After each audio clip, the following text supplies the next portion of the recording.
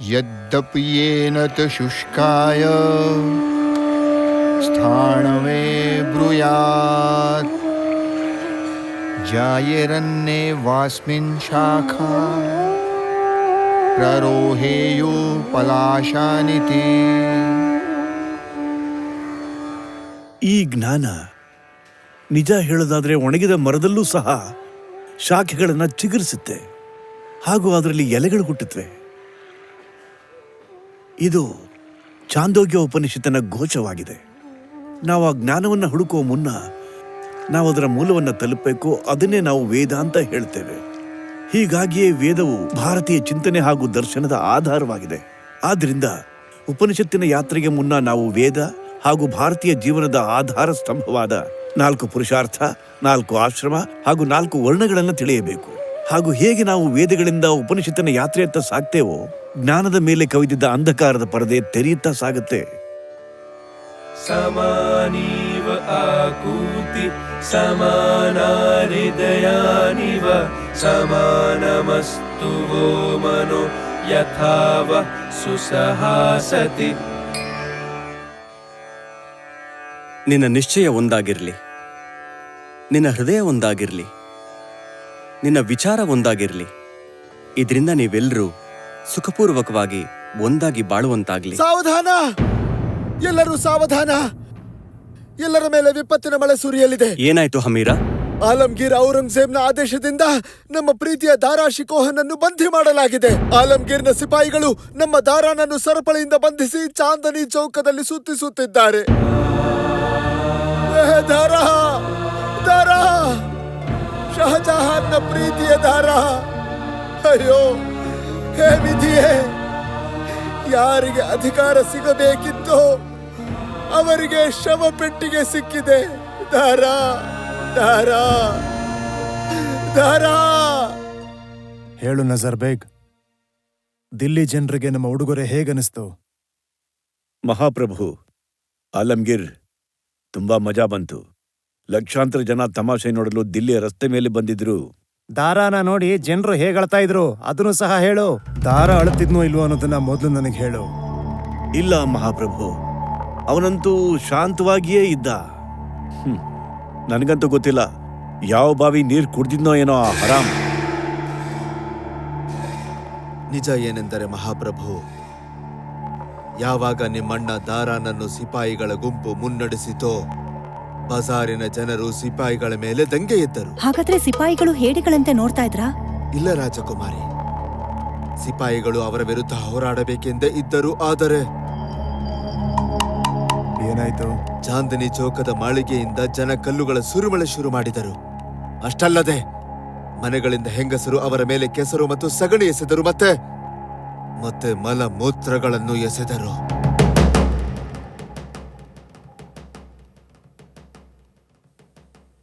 ಇದು ಪ್ರತಿಭಟನೆ. ಪ್ರತಿಭಟನೆ ನನ್ನ ವಿರುದ್ಧ, ಮೊಘಲರ ಸಾಮ್ರಾಜ್ಯದ ವಿರುದ್ಧ, ದೇವರ ವಿರುದ್ಧ. ಇದಕ್ಕೆ ಅವರಿಗೆ ಶಿಕ್ಷೆ ಆಗೇ ಆಗುತ್ತೆ. ದಾರಾನಿಗೂ ಇದರ ಶಿಕ್ಷೆ ತಟ್ಟುತ್ತೆ. ನಾನು ನನ್ನನ್ನ ಅಣ್ಣ ಅಂತ ಅನ್ಕೊಂಡಿದ್ದೆ, ಹಾಗಾಗಿ ಅವನಿಗೆ ಗೌರವ ಸಲ್ಲಿಸ್ತಾ ಇದ್ದೆ. ಅಪ್ಪನಿಗೆ ಮಾಡದಂತೆ ಯಾವ್ದಾದ್ರೂ ಒಂದು ಬಂದಿಖಾನೆಯಲ್ಲಿ ಅವನ ಇಟ್ಬಿಡ್ತೀನಿ ಅಷ್ಟೇ. ಆದರೆ ಇದು ಪ್ರತಿಭಟನೆ. ಈ ಪ್ರತಿಭಟನೆಯನ್ನು ಕೇವಲ ಒಂದು ರೀತಿ ಮಾತ್ರ ಶಾಂತಗೊಳಿಸಬಹುದು, ಅದೇನೆಂದರೆ ಸಾವು. ದಾರಾನ ಸಾವು. ಹೋಗು ನಜರ್ ಬೇಗ್, ನನ್ನ ದೊಡ್ಡಣ್ಣ ತನ್ನ ಸಾವಿನ ಸುದ್ದಿ ಕೇಳಿದ ತಕ್ಷಣ ಹೇಗೆ ಮುರುಗಿದ ಅಂತ ನನಗೆ ಹೇಳು. ಅವನು ನನಗೆ ತುಂಬಾ ಕಷ್ಟ ಕೊಟ್ಟಿದ್ದಾನೆ. ಅವನು ತನ್ನ ಕೊನೆ ಗಳಿಗೆಯಲ್ಲಿ ಹೇಗೆ ಮರುಗ್ತಾನೆ ಅನ್ನೋದನ್ನ ನಾನು ನೋಡ್ಬೇಕು. ಈಗಿಂದೀಗ್ಲೇ ಹೋಗು. ಅವನು ಹೇಗೆ ರೋಧಿಸ್ದ, ಅವನ ಕಣ್ಣಲ್ಲಿ ನೀರು ಹೇಗೆ ಬಂತು, ಅವನು ಹೇಗೆ ಅತ್ತ, ಅವನ ನರಳುವಿಕೆ, ಕೂಗಾಟ, ತನ್ನ ಮೃತ್ಯುವನ್ನು ಕೇಳಿ ಅವನ ಮುಖದಲ್ಲಾದ ದುಃಖವನ್ನ ಸಂಪೂರ್ಣವಾಗಿ ನನಗೆ ಹೇಳು. ಆಗಲಿ ಮಹಾಪ್ರಭು. ಎಲ್ರೂ ಹೋಗಿ ನಿರ್ಗಮಿಸಿ. ಯ ಏನಂ ವೇತ್ತಿ ಹಂತಾರಂ ಯಶ್ಚೈನಂ ಮನ್ಯತೆ ಹತಂ ಉಭೌ ತೌ ನ ವಿಜಾನೀತೋ ನಾಯಂ ಹಂತಿ ನ ಹನ್ಯತೆ.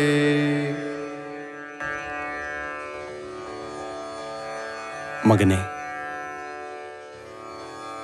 ಯಾರು ತನ್ನನ್ನು ಸಾಯುವವನೆಂದು ಹಾಗೂ ಯಾರು ತನ್ನನ್ನು ತಾನು ಸತ್ತನೆಂದು ತಿಳಿತಾನೋ ಅವರಿಬ್ಬರು ಇದನ್ನು ತಿಳಿದಿಲ್ಲ.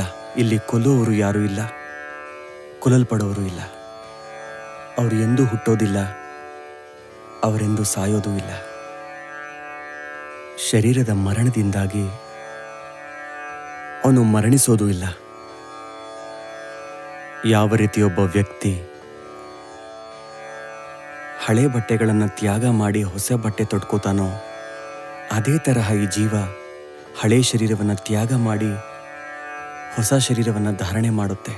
ಆದ್ರೆ ನೀವು ಈ ಸಮಯದಲ್ಲಿ ಇಷ್ಟು ಶಾಂತವಾಗಿ ಹೇಗಿದ್ದೀರಪ್ಪ? ಇಲ್ಲಿ ಇಲ್ಲಿ ಸಾವು ನಮ್ಮಿಬ್ಬರ ಮುಂದೆ ಬಂದು ನಿಂತಿದೆ, ಆದರೂ ನೀವಿಷ್ಟೊಂದು ಶಾಂತವಾಗಿ. ಮರಣವೇ ಕೊನೆಯ ಶಾಂತಿ ಮಗನೇ. ನನ್ನ ಗುರುಗಳಾದ ಆದರಣೀಯ ಮಿಯಾ ಮೀರ್ ದೊಡ್ಡ ಸೂಫಿ ಸಂತರಾಗಿದ್ರು. ಅವ್ರು ಸದಾ ಹೇಳ್ತಿದ್ರು, ನೋಡು, ಮರಣದ ಸಮಯನೇ ಪ್ರಿಯನನ್ನ ಮಿಲನ ಮಾಡೋ ಸಮಯ ಅಂತ. ನೀನಿನ್ನೂ ಸಣ್ಣವನಿದ್ದೀಯ. ಒಂದು ವೇಳೆ ದೇವರು ಸಮಯ ನೀಡಿದ್ರೆ ನೀನು ವೇದವನ್ನ ಖಂಡಿತ ಓದು, ನಿನಗೆ ಅರ್ಥ ಆಗುತ್ತೆ. ಮರಣ ಅಂದ್ರೆ ಪೆಟ್ಟಿಗೆಯಲ್ಲಿ ಸೇರೋದಲ್ಲ, ಅದು ಸ್ವತಂತ್ರನಾಗುವುದಾಗಿದೆ. ಆದ್ರೆ ಅಪ್ಪ, ಬಾದ್ಶಾಹಿಯೂ ಕೂಡ ನೀವು ಸ್ವತಂತ್ರರಾಗಬಹುದಲ್ವಾ? ಮಗನೇ, ನಮ್ಮ ಬದುಕು ನೀರಿನ ಬಿಂದುವಿನಂತಿದೆ. ನನ್ನ ಬಿಂದುವಿನ ಕಥೆಯು ಎರಡು ರೀತಿ ಇದೆ. ಈ ಬಿಂದು ಮುತ್ತಾಗಬಹುದು, ಕೆಲವು ದಿನಗಳು ಬೆಳಗಬಹುದು, ಅಥವಾ ಈ ಬಿಂದು ಎಂದಿನಂತೆ ತನ್ನ ಸಾಗರದಲ್ಲಿ ಸೇರಬಹುದು. ಈಗ ನೀನೇ ಹೇಳು, ಈ ಚಿಕ್ಕ ಬಿಂದುವಿಗೆ ಇಂತಹ ದೊಡ್ಡ ಸಮುದ್ರವಾಗುವ ಅವಕಾಶ ಸಿಗ್ತಾ ಇರಬೇಕಾದ್ರೆ ಅದು ಖುಷಿಯಾಗುತ್ತೋ ದುಃಖಿಯಾಗುತ್ತೋ? ಕ್ಷಮಿಸಿ ನನ್ನೊಡೆಯ, ನಾನು ಹಿಂದೂ ಆಗಿರುವೆ. ಆದರೆ ನಿಮಗೆ ವೇದ ಪುರಾಣ ಓದುವ ಅವಶ್ಯಕತೆ ಏನಿತ್ತು? ನನ್ನ ತಾತ ಜಹಾಂಗೀರ್ ವೇದವನ್ನ ಸೂಫಿಯೊಂದಿಗೆ ಸಮೀಕರಿಸ್ತಿದ್ರು. ನಿಜ ಹೇಳಬೇಕಂದ್ರೆ ನನಗೆ ವೇದ ಹಾಗೂ ಉಪನಿಷತ್ತನ್ನ ನನ್ನ ಗುರು ಮಿಯಾ ಮೀರ್ ತಿಳಿಸಿದ್ರು.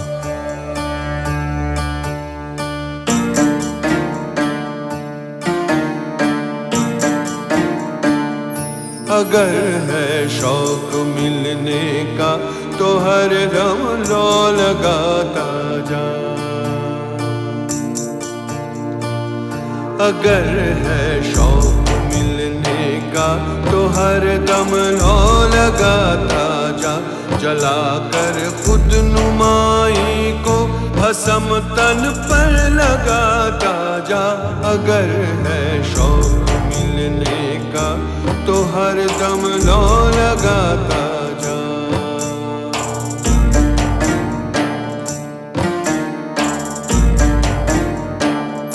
न मर भूखा न रख रोजा, न जा मस्जिद न कर सिजदा। न मर भूखा न रख रोजा, न जा मस्जिद न कर सिजदा। वजू का तोड़ दे कूजा, शराबे शौक पीता जा। अगर है शौक मिलने का तो हर दम लो लगाता जा।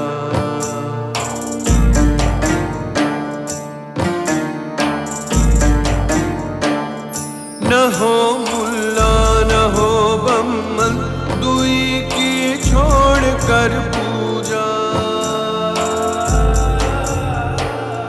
न हो मुल्ला न हो बम्मन, दुई की छोड़ कर पूजा।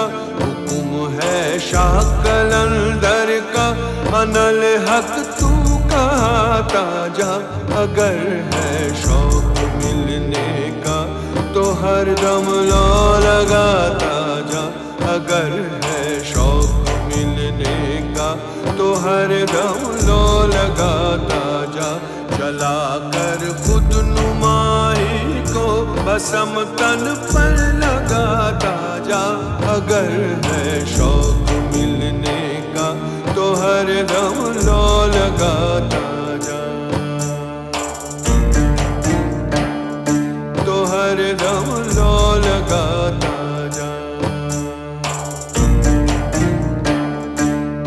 हरदम लो लगाता जा।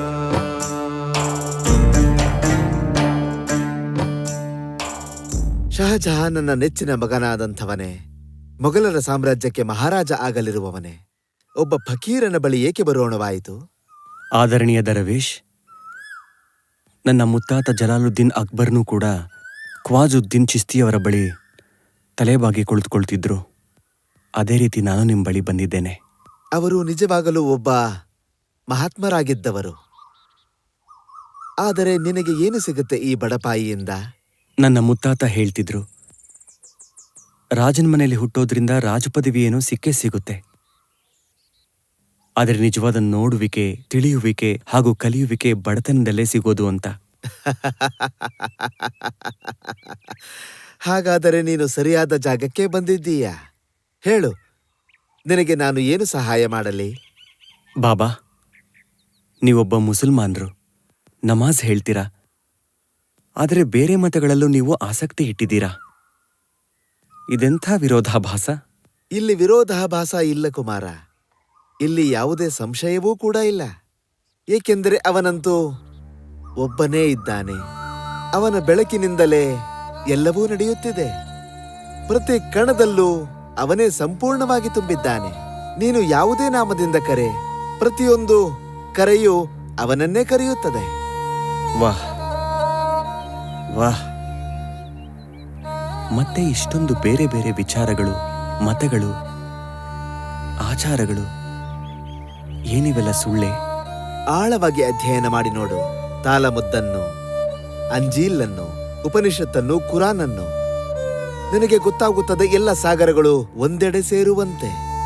ಫಾರ್ಸಿಯಲ್ಲಿ ಇದನ್ನು ಹೇಳುತ್ತಾರೆ ಮಜಮುವಾ ಉಲ್ ವಹರೀನ್. ವಾಹ್, ಸುಂದರವಾಗಿದೆ. ಒಂದು ವೇಳೆ ನಿಮ್ಮ ಅನುಮತಿ ಇದ್ರೆ ನನ್ನ ಪುಸ್ತಕಕ್ಕೆ ನಾನು ಇದೇ ಹೆಸರಿಡುತ್ತೀನಿ. ಹಿಂದೂ ಹಾಗೂ ಇಸ್ಲಾಂ ಆಚಾರಗಳ ಏಕತೆ ಬಗ್ಗೆ ನಾನೊಂದು ಪುಸ್ತಕ ಬರಿತಾ ಇದ್ದೀನಿ. ಫಕೀರನಿಂದಲೂ ಏನನ್ನಾದರೂ ಕದಿಯಬಹುದು. ಇದನ್ನು ಮೊದಲ ಬಾರಿ ಕೇಳುತ್ತಿದ್ದೇನೆ. ನೀವು ಫಕೀರರು ಹೇಗಾಗ್ತೀರಾ? ನಿಮ್ಮ ಬಳಿ ಖಜಾನೆ ಇದೆ. ಆದರೆ ಎಲ್ಲಕ್ಕಿಂತ ದೊಡ್ಡ ಖಜಾನೆ ನಮ್ಮ ಶಿಷ್ಟಾಚಾರದಲ್ಲಿದೆ. ಅದರ ಹೆಸರು ವೇದ, ಉಪನಿಷತ್, ಪುರಾಣ. ನಾನು ನಿಮ್ಮ ಮಾತಲ್ಲಿ ಸಂಪೂರ್ಣ ನಂಬಿಕೆ ಇಡ್ತೀನಿ. ಆದರೆ ನಾನು ಹೇಳ್ತೀನಿ, ಯಾವ ರೀತಿ ಕುರಾನ್ ಅಲ್ಲಾನ ನುಡಿಯಾಗಿದೆಯೋ ಅದೇ ರೀತಿ ವೇದವೂ ಸಹ ಆ ಮೇಲಿರುವವನ ಶಬ್ದವಾಗಿದೆ. ಆದರೆ ಭಾಷೆ ಬೇರೆ. ಆದ್ದರಿಂದಲೇ ಈ ಎರಡೂ ಭಾಷೆಗಳಲ್ಲಿರುವ ವಿಚಾರವನ್ನು ಒಂದರಿಂದ ಇನ್ನೊಂದಕ್ಕೆ ತರ್ಜುಮೆಯಾಗಬೇಕು. ಸರಿ. ನಾನು ಕೇಳಿದೆ, ನೀನು ತುಂಬಾ ಸೂಫಿ ಸಂತರ ಜೀವನ ಚರಿತ್ರೆ ಬರೆದಿರುವೆಯಂತೆ? ಹೌದು, ಸ್ವಲ್ಪ ಮಟ್ಟಿಗೆ ಬರೆಯೋದಕ್ಕೆ ಪ್ರಯತ್ನ ಪಟ್ಟಿದ್ದೀನಿ. ನನ್ನ ತಂಗಿ ಜಹಾರಾಳು ಕೂಡ ಖ್ವಾ ಜಮಾಯುದ್ದೀನ್ ಚಿಸ್ತಿ ಸಾಹೇಬರ ಬಗ್ಗೆ ಬರೆದಿದ್ದಾಳೆ. ನೀನು ಉಪನಿಷತ್ತನ್ನು ಫಾರ್ಸಿಗೆ ತರ್ಜುಮೆ ಮಾಡ್ತೀಯಲ್ಲ, ಆಗ ನಿನಗೆ ನಿಜವಾದ ಮಜಾ ಏನೆಂಬುದು ಅರಿವಾಗುತ್ತದೆ. ಒಂದು ಹೊಸ ಪ್ರಪಂಚ ತೆರೆದುಕೊಳ್ಳುತ್ತದೆ. ಅದು ನಿನ್ನ ಮುಂದೆ ಮಾತ್ರವಲ್ಲ, ಇಡೀ ಪ್ರಪಂಚದ ಮುಂದೆ ಕೂಡ. ಸರಿ, ನಿಮ್ಮ ಆಜ್ಞೆ ಅಂತಾಗ್ಲಿ. ನಮಸ್ಕಾರ. ಇಂದು ನಮ್ಮ ರಾಜಕುಮಾರರು ತಮ್ಮ ಅನುವಾದದಿಂದ ತುಂಬಾ ಖುಷಿಯಲ್ಲಿರುವಂತಿದೆ. ಖುಷಿ ಯಾರಿಗ್ ತಾನೇ ಆಗೋಲ್ಲ? ಒಂದು ಕವಿತೆಯನ್ನ ಓದಿ ಅದರಲ್ಲಿರೋ ಸತ್ಯದ ರಹಸ್ಯ ಕಂಡಾಗ. ಉಪನಿಷತ್ತುಗಳ ಫಾರ್ಸಿ ಅನುವಾದದಲ್ಲಿ ಅದೇ ಮಜಾ ಸಿಗುತ್ತೆ.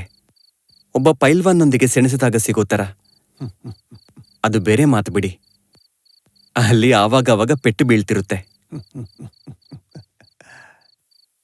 ನಾನಿವತ್ತು ಯಾಕೆ ಖುಷಿಯಾಗಿದ್ದೀನಿ ಅಂದ್ರೆ, ಇವತ್ತು ನನ್ನ ಪುಸ್ತಕಕ್ಕೆ ಹೆಸರು ಸಿಕ್ಕಿದೆ. ಆವಾ, ನಾನು ಹಲವಾರು ಬಾರಿ ಯೋಚಿಸ್ದೆ ಉಪನಿಷತ್ತುಗಳ ಈ ಫಾರ್ಸಿ ಅನುವಾದಕ್ಕೆ ಏನ್ ಹೆಸರಿಡೋದು ಅಂತ. ಸಿರ್ರೆ ಅಕ್ಬರ್. ವಾಹ್, ಸಿರ್ರೆ ಅಕ್ಬರ್ ಅಂದ್ರೆ ಒಂದು ಮಹಾನ್ ರಹಸ್ಯ. ಹೌದು, ಹಾಗೂ ಇದರಲ್ಲಿ ನನ್ನ ಮುತ್ತಾತ ಜಲಾಲುದ್ದೀನ್ ಅಕ್ಬರರ ಹೆಸರು ಕೂಡ ಸೇರ್ಕೊಂಡಿದೆ. ಅವರು ಸದಾ ನಂಬಿದ್ದು ಸತ್ಯದ ಮೇಲೆ ಯಾವುದೇ ಒಂದು ಧರ್ಮದ ಹಕ್ಕಿರೋದಿಲ್ಲ ಅಂತ. ಅವರಂತೂ ನಿಜವಾಗ್ಲೂ ಅಕ್ಬರರೇ ಆಗಿದ್ರು. ಗೋಸ್ವಾಮಿ ತುಳಸಿದಾಸರನ್ನ ಕಾಣಬೇಕು ಅಂತ ಕಾಶಿ ತನಕ ಹೋಗಿದ್ರು. ಕಾಶಿಗೆ ನಾನು ಹೋಗ್ಬೇಕು ಪಂಡಿತ್ಜಿ.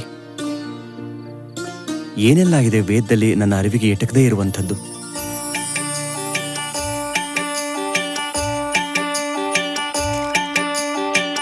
मोको कहाँ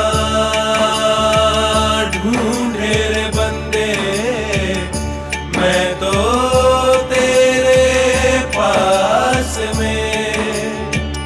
मोको कहाँ ढूंढे रे बंदे, मैं तो तेरे पास में।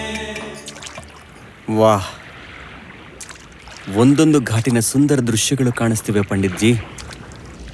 ಹೇಗೆಂದ್ರೆ ಯಾರೋ ಸಾಲಾಗಿ ಗೋರಿಗಳನ್ನು ಇಟ್ಟಂತಿದೆ. ವಾಹ್ ವಾಹ್. ಹಾಗೂ ಬಾಬಾ ಲಾಲ್ ದಾಸರ ದರ್ಶನ ನಮಗೆ ಯಾವಾಗತ್ತೆ? ನಿಮ್ಮ ಆಗಮನದ ಬಗ್ಗೆ ಅವರಿಗೆ ಸೂಚನೆ ಕೊಡಲಾಗಿದೆ. ಸರಿ. मोको कहाँ ढूंढे रे बंदे,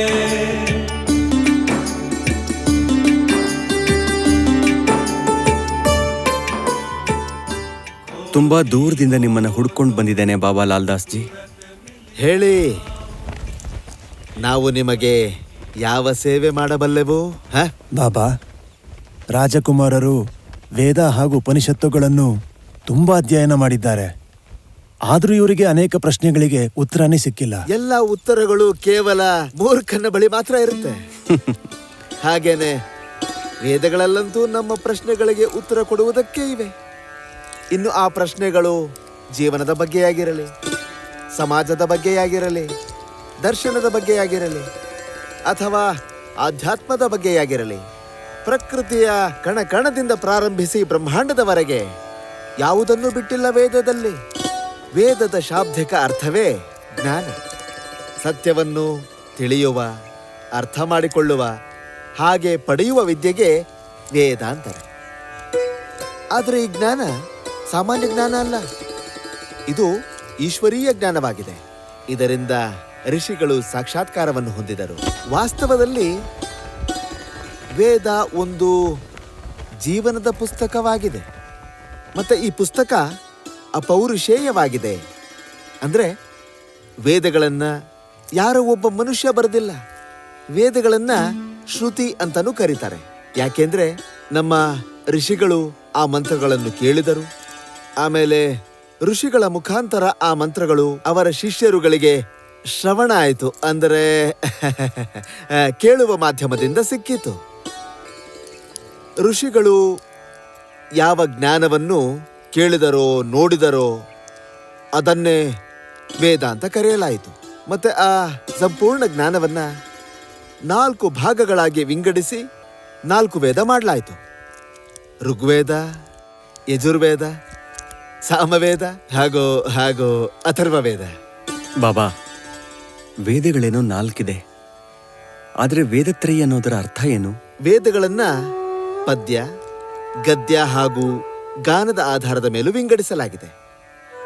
ಪದ್ಯವನ್ನು ಋಕ್, ಗದ್ಯವನ್ನು ಯಜುಸ್ ಹಾಗೂ ಗಾನವನ್ನು ಸಾಮವೆಂದು ಹೆಸರು ನೀಡಲಾಗಿದೆ. ಪದ್ಯ, ಗದ್ಯ ಹಾಗೂ ಗಾನದ ಈ ತ್ರಿವೇಣಿಯೇ ವೇದತ್ರಯಿ ಎಂದಾಗಿದೆ. ರಾಜ್ಕುಮಾರ್ರೆ, ಹಿಂದೂಸ್ಥಾನಿ ಮನಸ್ಸನ್ನ ಪ್ರಪಂಚವನ್ನ ವಿಜಯಿಸಿ ಪ್ರಾಪ್ತಿ ಮಾಡಿಕೊಂಡ ದೊಡ್ಡ ದೊಡ್ಡ ಯೋಧರು ಸಹ ಆಕರ್ಷಿಸಲಾರರು. ಅದನ್ನ ದೊಡ್ಡ ದೊಡ್ಡ ವ್ಯಾಪಾರಸ್ಥರು, ದೊಡ್ಡ ದೊಡ್ಡ ಗುಣಗಳ ಖನಿಗಳು, ಮಹಾನಾಯಕರು ಕೂಡ ಆಕರ್ಷಿಸಲಾರರು.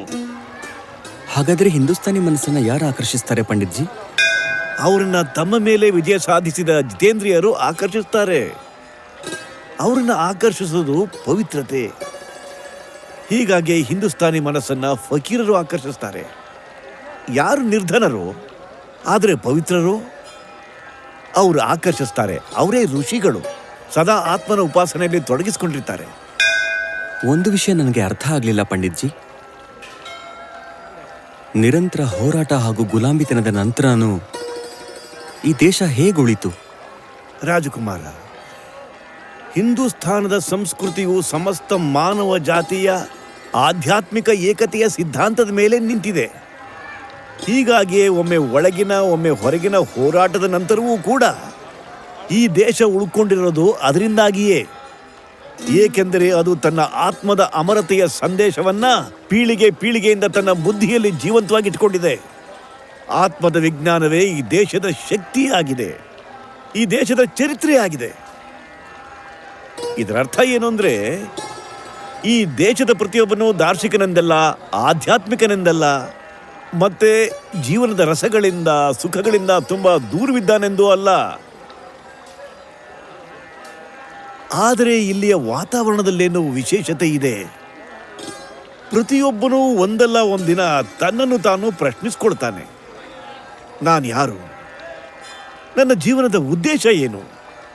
ಹಾಗೂ ಒಂದು ವೇಳೆ ಆತ ಈ ರೀತಿ ಕೇಳೋದನ್ನ ಮರೆತು ಬಿಟ್ಟ ಅಂತಂದ್ರೆ, ಇಲ್ಲಿರೋ ಫಕೀರರು, ಸಾಧು ಸಂತರು, ದರ್ವೇಶಿಗಳು ಅವನಿಗೆ ನೆನಪು ಮಾಡ್ತಾರೆ, ಯಾರು ಅಂತ ಯೋಚನೆ ಮಾಡಕ್ಕೆ ಹೇಳ್ತಾರೆ. यस्य प्रसादात् भवमङ्गलार्था